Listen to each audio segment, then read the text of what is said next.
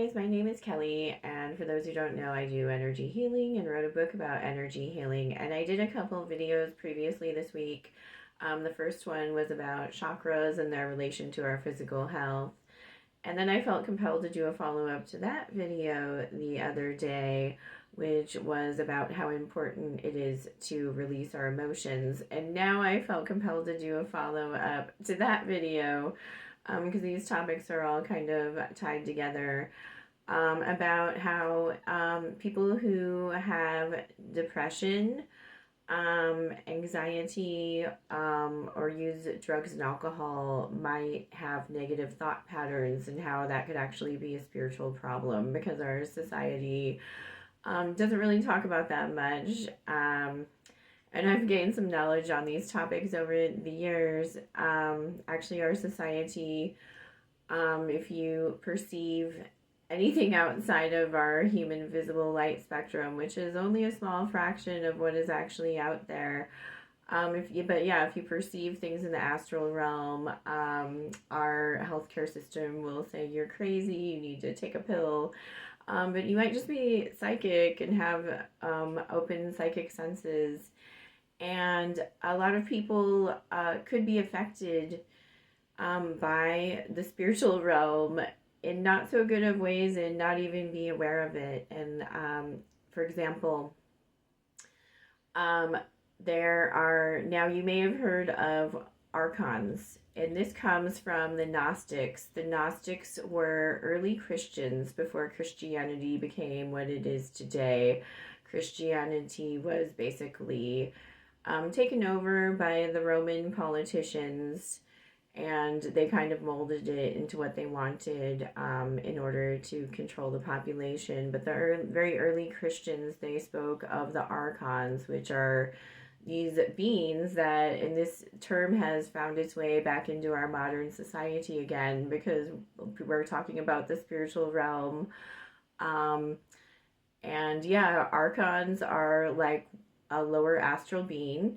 So we're here where, if you go by the law of one, which is something I teach about in my books, we're third density humans moving up to fourth and fifth density. And in the fourth density, that involves the astral realm. And not all the beings in the astral realm, especially the lower astral, are positive. There are parasitic beings that, can kind of try to latch onto us and influence us because they feed off our emotional energy. So if you're someone who is already depressed, or has, issues with anger, issues with drugs and alcohol, especially because when you use drugs and alcohol, and that could be some prescription drugs as well, I hate to say it, but it's true, that can lower your energetic protections and make you more vulnerable to attack from these lower astral beings. And what they will do is they will work on your triggers. Let's say you're insecure about something, or you feel guilty or ashamed about something. They may try to influence your thoughts, like, give you negative thought patterns. So if you're someone who is having negative thought patterns, you want to ask yourself, is this me talking to myself this way? And if it is, you should correct that. One thing that I have done, well, first off, when I started a Buddhist chanting practice, a daily Buddhist chanting practice that greatly helps my negative thought patterns, doing meditation and also deep shadow and healing work. But yeah, if you're, talking to yourself in a way that's not nice, why don't you just stop yourself and say, would I speak to a friend this way? Because you want to treat yourself like a friend. You have to take care of yourself, right? And we all make mistakes, and so we have to move forward. And so yeah, first you stop and say, is this me? And if it's not you, it could be one of these astral beings messing with you, trying to make you more depressed or feel worse about yourself so that they can feed off your energy. And so what you want to do is not be food for them.